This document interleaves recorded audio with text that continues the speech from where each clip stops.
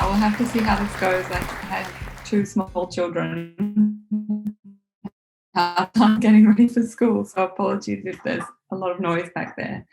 But yeah, I'll get started.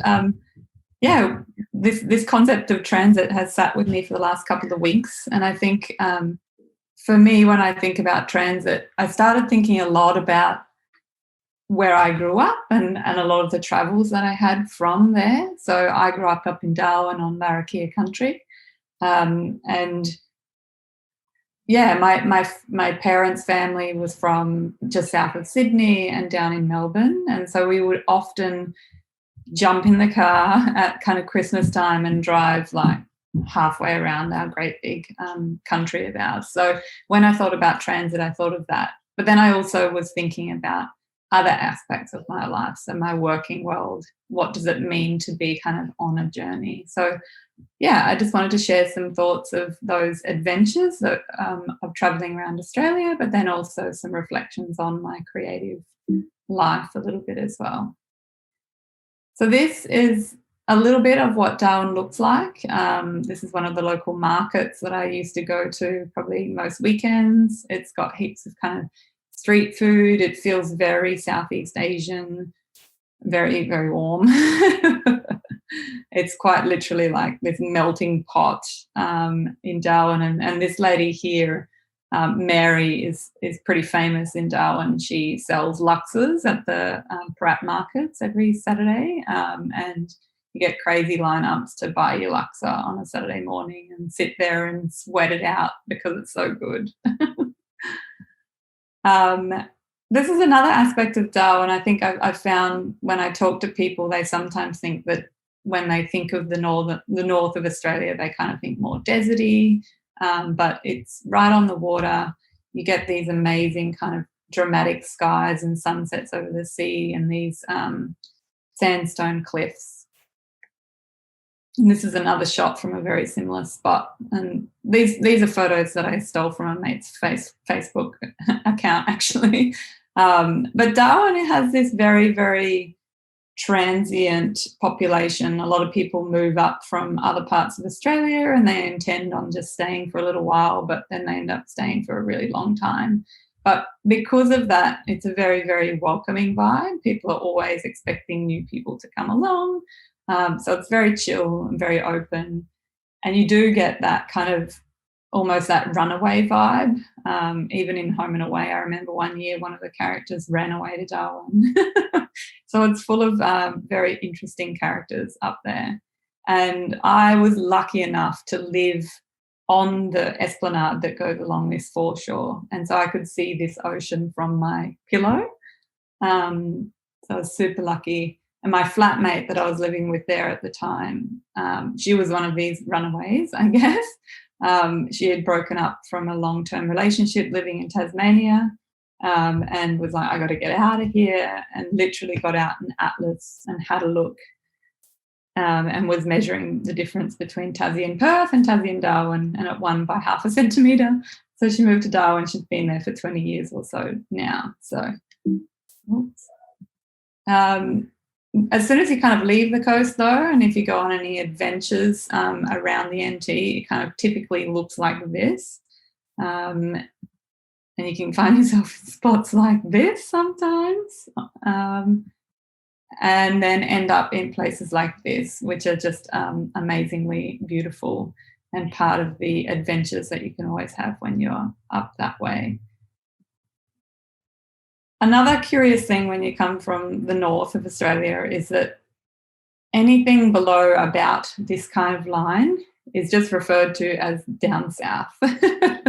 So everything is down south. You might be having a convo with a mate talking about, what are you doing at Christmas time? Are you going down south? And it doesn't matter where that is in Australia. It's just that you're not up north.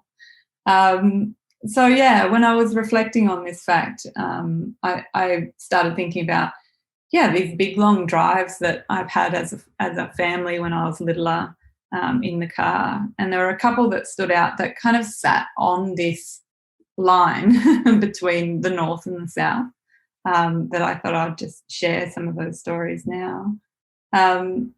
So I'm just going to jump to Google Maps so I can show you a little bit of where I'm talking about. So this was on an adventure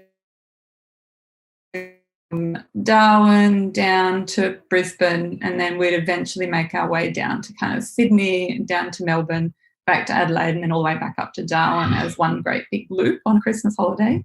But one year we were travelling, so we're on our way over to Queensland, and we're travelling from Darwin, and we'd come all the way down the Stuart Highway, spent the night in Tennant Creek because it's the closest town to this turn-off to go over to the east to get to Queensland. So we had spent the night in Tennant Creek, and my dad was always, you're going like 1,000 Ks a day, so he would always bundle us kids up really early in the morning, get us in the car just as the sun was kind of rising. And this morning we were leaving Tennant Creek and we were heading back north to get to this turn-off. And it had been a full moon the night before. I'll zoom in so you can see how huge Tennant Creek isn't. It's a very small little town. So we were driving back out of Tennant Creek this morning. It was really early, just on dawn, and it was quite cool for someone from Darwin. And I thought it was like this, I wanted to snuggle up in the car. And as we're driving north, it was this amazing moment where it had been a full moon, and the moon was setting just as the sun was rising. And I've tried to find some images that kind of conjure up a little bit of the feeling. But if you can imagine kind of driving along these kind of, not quite desert because there is quite a lot of vegetation around, but this huge kind of sky and this moon setting on one side and this sun rising on the other out there. It was just an amazing kind of experience. It felt a little bit like this. Obviously, this is somewhere in America, but just this ginormous sky and this experience of the sun rising as the moon set was beautiful, and it's always stuck with me. The other story that I wanted to share a little bit was quite close to this area as well. It was, so if I zoom out a little bit, so if we've actually turned along this highway and headed further east, one year we'd travelled out, so we'd gone all the way out this way, just past the border between the Northern Territory and Queensland, and it had been a lot of rain this year. And we just made our way into this tiny, tiny little town of Camberwell. So we were headed down to have a holiday in Byron, and me and my brother as high school kids were like tragic wannabe kind of surfer kids, but Darwin has no surf at all. So we're off to have this amazing kind of beach holiday. And we got into Camberwell on our way, and then our car broke down the moment we got into town. And that night the river came up behind us, and then the day later the river came up in front of us. And so we got stuck in this tiny little town of Camberwell and ended up having our New Year's there. And it was like, you couldn't imagine anything worse as a teenager. There's nothing much that goes on in Camberwell. We would just, each day, I've got some photos here actually. I was talking to my dad about this presentation, and he realised he had some things in his journal. And so, each day all we would do was walk out from our hotel room down to the water edge and just see, has the water gone down yet or not? You can see how ultra cool we were as teenagers. There was a lot of this kind of just truckies looking at cars and waiting quite impatiently.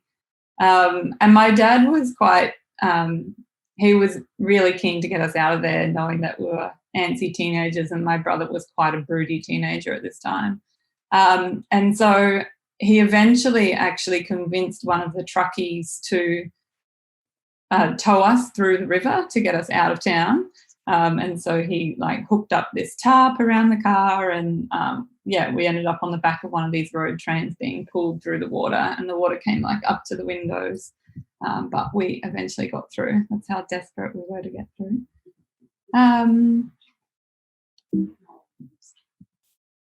this was actually, it made the news. People were so disgusted. And this was literally where we were staying, in a tiny little spot, and we would just walk down and have our picnic down here and look at the water each day.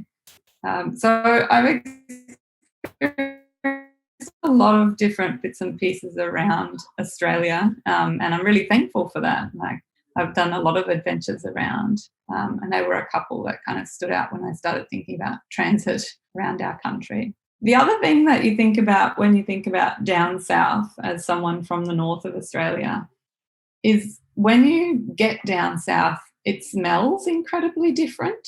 And it's really hard to describe, but I think up in Darwin particularly, it either is this kind of very soupy monsoonal where the air is so full of moisture, and that has this kind of, this smell to it where it's like 3,000% humidity.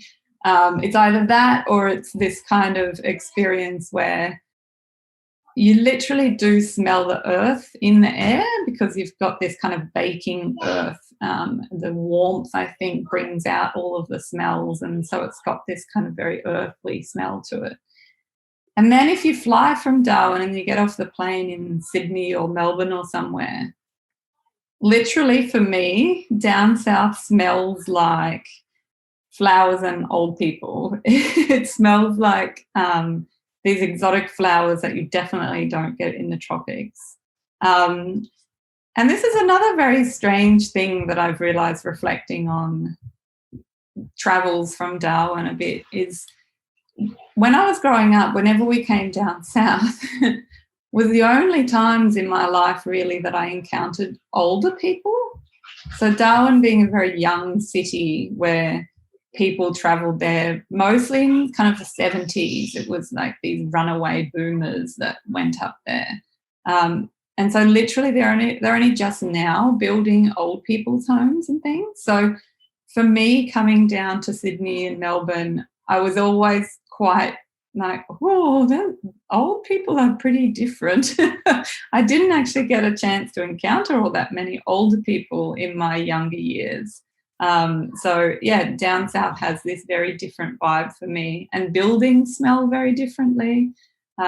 So, yeah, it's just one of those weird things when you grow up in one place and the rest of Australia feels kind of different.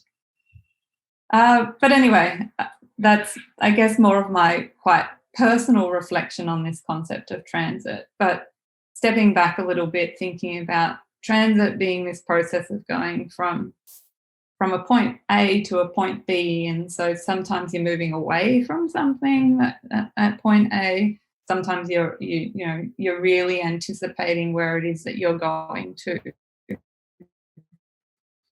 point B.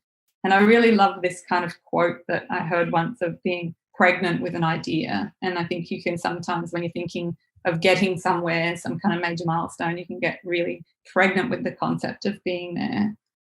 And some of those things are like, international adventures. This is me in New York at the top of the Empire State being a serious tourist.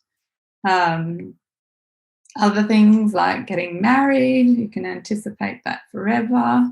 But then ultimately, this was on my wedding day. I ended up making my earrings the night before. My friend that was due to do my makeup took off to go and get ice cream and lost track of time. So I ended up doing my own makeup. So however much you anticipate and plan for these things, you just end up rolling with it. And then these are my two boys.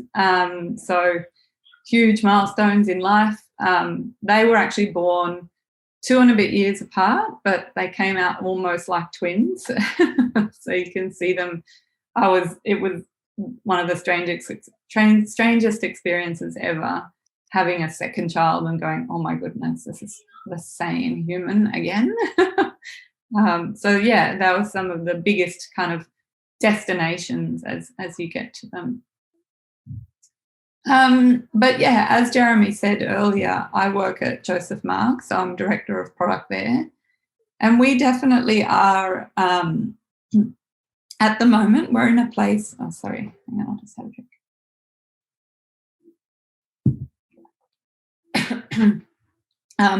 Josephmark, our history is that we've operated as a digital studio, but for the last few years, really, we've been moving much more towards a venture studio. So that means that we're partnering with people a lot more. We're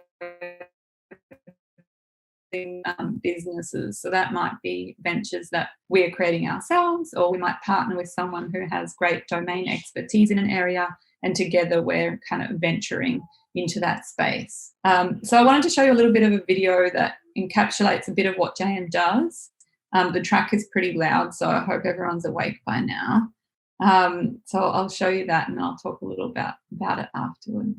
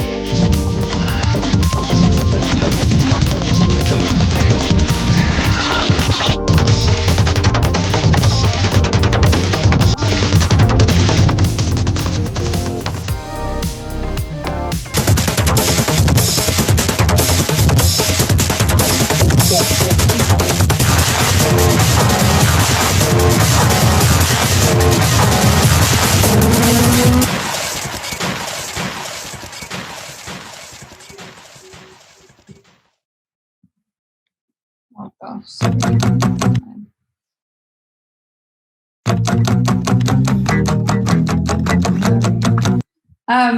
So yeah, I wanted to show that video, not so much because I wanted to show off what we do at JM, but more that, you know, what we produce and what people see in the world is typically this final end product, the very polished, the beautiful kind of vision that we get to in what we do. But I think reflecting on transit for me, I think about the process of doing something and the journey to get somewhere.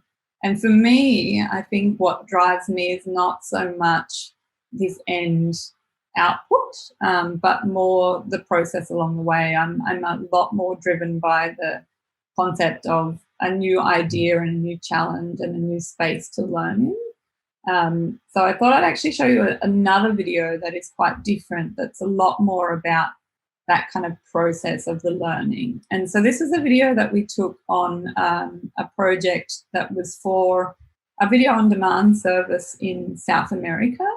And we were lucky enough that they flew us over, and we had kind of this whirlwind trip of a bit of South America. We went down to Buenos Aires, we're in Colombia, and in Mexico City as well. So I'll show you that, because I think this is the type of thing that drives me personally a lot more than this kind of final end output and the polish.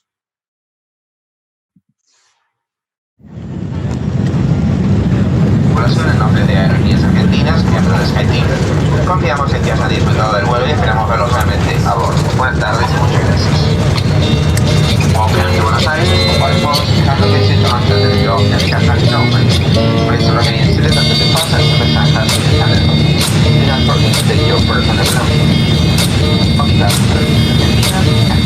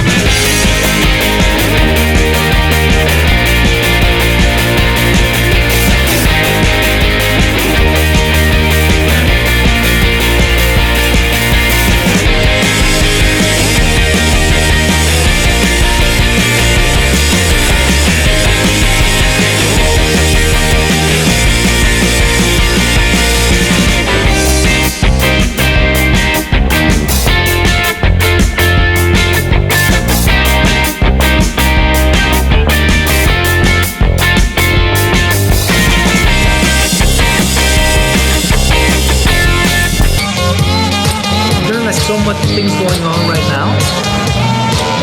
People's attentions are like so spread out that you have to give them something that they say, I have to go there because that's the only place I will find that. The people from the coast are very different from the people from the mountains. And the people from the mountains are very different from the people from the Amazon.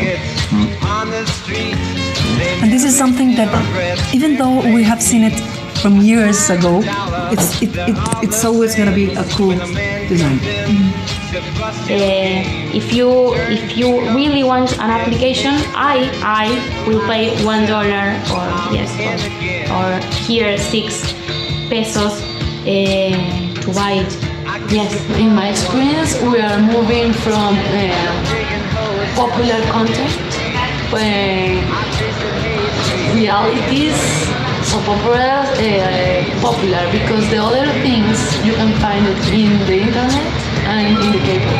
So the local channels are trying to keep the population and the popular persons because it's the majority.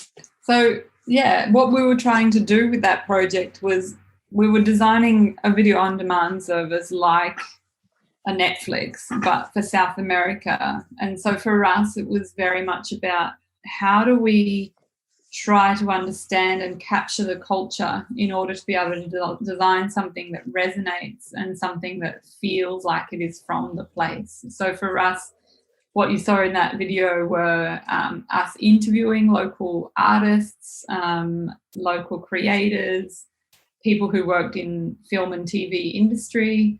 And so we used all of that, as well as we went to art galleries, museums. Like, we tried to just soak up as much as we possibly could in terms of traditional culture, popular culture, people who are setting trends, to get a sense of how can we design a brand that resonates for this culture, but also how do they go about what they do in terms of media consumption? How do they share content with each other? How do they talk about it? So that is the kind of stuff that really gets me excited when I'm designing and when I'm doing my work.